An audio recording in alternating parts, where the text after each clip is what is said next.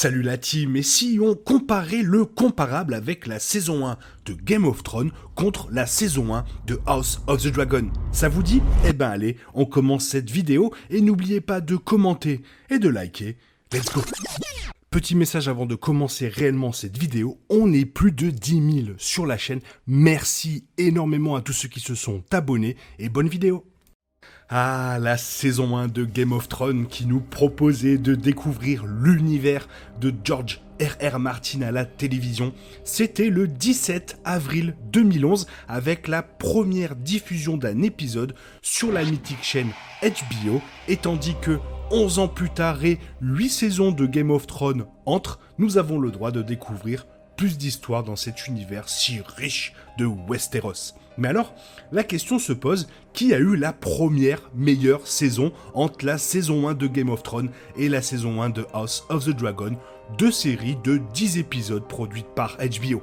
Les deux séries sont donc des drames fantastiques qui se déroulent dans le même monde fictif de Westeros et Essos.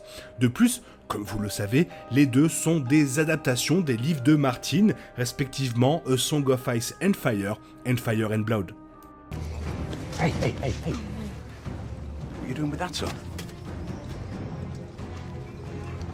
Go on. Bien que les deux séries se déroulent dans le même univers et fassent partie de la même franchise, les deux sont bien différentes et sur plusieurs points.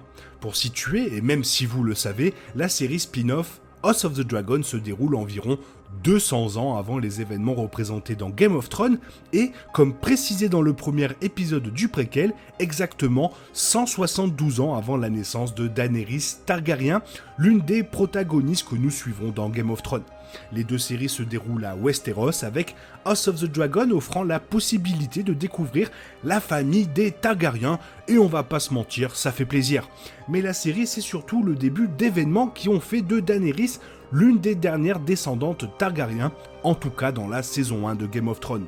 Tandis que la série mère, bien sûr, suit divers arcs d'histoire qui s'étendent sur différentes familles alors qu'ils se lancent dans une série de conflits politiques pour le contrôle du trône de fer et par conséquent des 7 royaumes.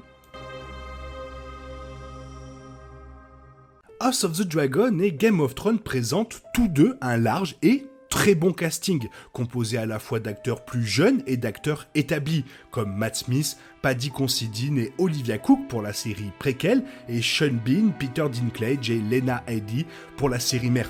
Les deux premières saisons de chaque série présentent de solides performances et des personnages complexes, mais surtout bien équilibrés, comme on le voit dans Game of Thrones ainsi que dans les personnages de House of the Dragon. L'un des points forts des deux séries n'est pas seulement leur distribution exceptionnelle, mais aussi la présence de personnages qu'on ne peut pas situer, dont la plupart ne sont pas entièrement des méchants, mais ce ne sont pas aussi des héros. Cependant, House of the Dragon propose une version différente des personnages tout au long de la saison, ce qui ne se produit pas dans Game of Thrones, et de plus, certaines critiques envers le préquel pour son changement constant des acteurs qui jouent certains personnages principaux, bien que dans des cas, comme Criston Cole par exemple, ce soit inexplicable car il joue son rôle depuis le début, mais si on occulte cela, les personnages de Rhaenyra et Alicent ont eu la chance d'avoir deux actrices plus âgées qui ont réussi à reprendre le rôle des deux plus jeunes, et ce n'était pas chose aisée à faire. Dans l'ensemble, Game of Thrones a réussi à retranscrire davantage les personnages sans changement majeur, donc tout dépend du point de vue de chacun. I'm sorry, Rhaenyra. I have wasted the years since you were born, wanting for a son. House of the Dragon et Game of Thrones sont peut-être deux séries très distinctes, mais finalement, les histoires de leurs premières saisons respectives semblent se refléter énormément.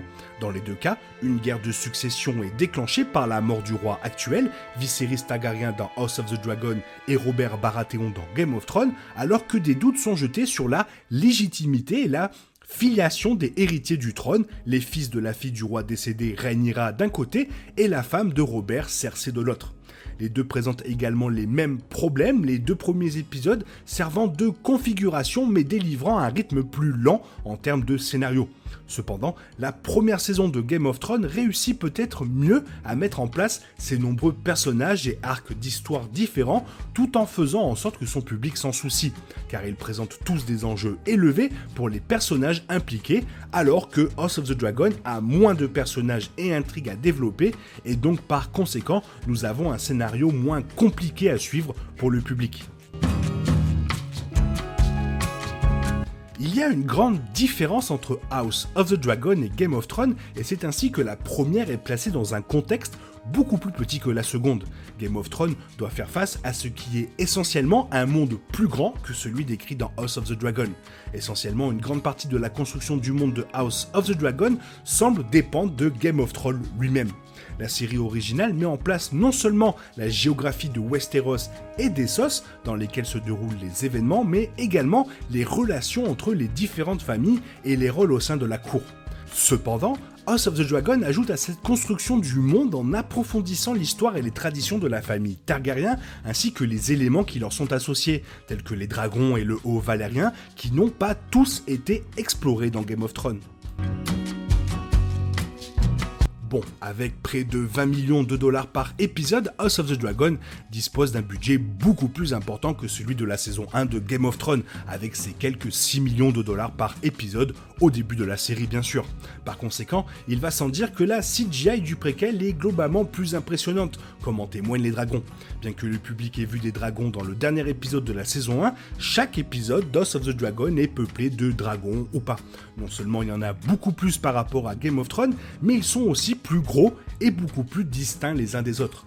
Les lieux familiers de la saison 1 de Game of Thrones apparaissent également dans House of the Dragon comme Port-Réal, mais d'une manière qui semble être meilleure et surtout remaniée. En termes d'action, House of the Dragon semble également être la meilleure série. Alors que la majorité de la saison 1 de Game of Thrones se concentre sur les conflits politiques, House of the Dragon dépeint déjà des batailles et des conflits avec des dragons dans les premiers épisodes de la saison. Alors que Game of Thrones était peut-être le produit le plus frais et révolutionnaire, House of the Dragon pouvait compter sur une base de téléspectateurs et un univers cinématographique établi. Par conséquent, alors que les deux séries présentent une histoire captivante livrée par une solide équipe de distribution et de réalisation, mais aussi de rédaction, il n'est pas facile de dire laquelle est la meilleure dans l'ensemble. Alors qu'elles ont toutes les deux leurs points forts, avec Game of Thrones saison 1 mettant en place des intrigues qui reviennent dans les saisons suivantes et House of the Dragon bénéficiant de beaux visuels et d'une CGI exceptionnelle, House of the Dragon a finalement un élément de plus que Game of Thrones, ce qui fait de sa première saison la meilleure des deux émissions. Game of Thrones a reçu de nombreuses critiques pour la quantité de sexe et de nudité dans la série, en particulier lors de la première saison, et surtout lorsque les dites scènes n'étaient pas du tout nécessaires à l'intrigue. Au contraire, les scènes controversées qui impliquent la violence et la nudité dans House of the Dragon sont justifiées par l'intrigue et rendent le spectacle globalement plus attrayant pour le public. Donc, sans Game of Thrones, House of the Dragon n'aurait pas pu avoir ce résultat, et dans un sens, cela rend la première saison meilleure que celle de Game of Thrones, même si Game of Thrones avait aussi une très belle première saison, mais parfois trop de choses qui ne vont pas et qui ne font pas avancer la série.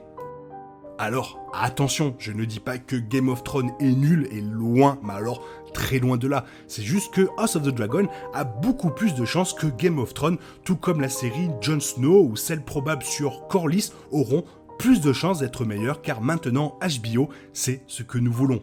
Toi, qu'est-ce que tu en penses ? Fais-moi part de ton avis dans la zone commentaire, car tu sais que j'aime énormément vous lire et j'espère que la vidéo t'a plu. Et si elle t'a plu, n'hésite pas à la partager, à t'abonner, à la liker. Merci d'avance. Je te souhaite une bonne matinée, après-midi, peut-être une bonne soirée ou un bon week-end. Bisous bisous, hasta la vista.